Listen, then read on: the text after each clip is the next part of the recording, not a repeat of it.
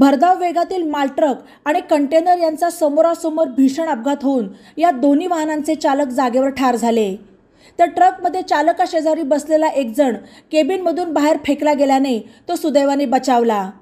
तसेच अपघातग्रस्त कंटेनरला पाठीमागून एक स्विफ्ट डिझायर कारही धडकली असून त्यातील तिघेही किरकोळ जखमी झाले। नगर शहराबाहेरील अरणगाव ते वाळुंज बायपास रस्त्यावर शनिवारी 22 जूनला सकाळी 7:30च्या सुमारास हा अपघात झाला। सुब्रमण्यम गोबल वय 48 राहणार तामिळनाडू आणि प्रधान सूरजकरण जाट वय 36 राहणार अजमेर राजस्थान असे अपघातात मयत झालेल्या वाहन चालकांची नावे आहेत। तर अपघातात बचावलेल्या कंटेनरमधील क्लीनरवर नगरमधील रुग्णालयात उपचार सुरू आहेत। कारमधील किरकोळ जखमी झालेल्या तिघांवर प्राथमिक उपचार करून त्यांना सोडून देण्यात आले।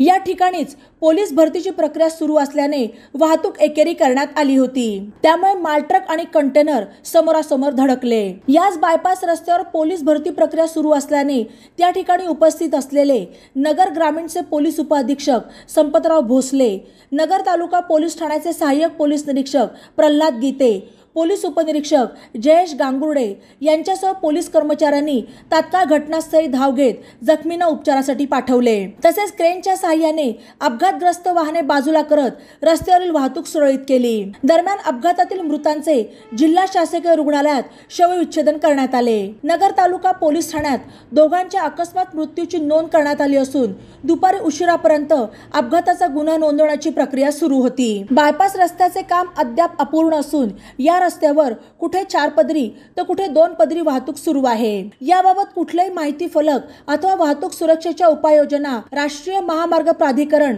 आणि ठेकेदार संस्थेने केलेला नसल्याने या बायपास रस्त्यावर सातत्याने अपघात होत आहेत। गेल्या 8 दिवसांपूर्वीही अशाच प्रकारे 2 वाहने एकमेकांना धडकून भीषण अपघात झाला होता। त्यावेळी शिवसेनेचे उपजिल्हा प्रमुख संदेश कारले यांच्या नेतृत्वाखाली रास्ता रोको आंदोलन करण्यात आले होते। साईड पट्ट्या, सर्व्हिस रोड, दिशादर्शक फलक लावण्याच्या आश्वासनानंतर कारले यांनी आंदोलन मागे घेतले। परंतु राष्ट्रीय महामार्ग प्राधिकरण आणि ठेकेदार संस्थेने दिलेल्या आश्वासनांप्रमाणे उपाययोजना केलेल्या नाहीत। त्या जर केल्या असत्या तर आज दोघांना जीव गमवावा लागला नसता असे संदेश कारले म्हणाले।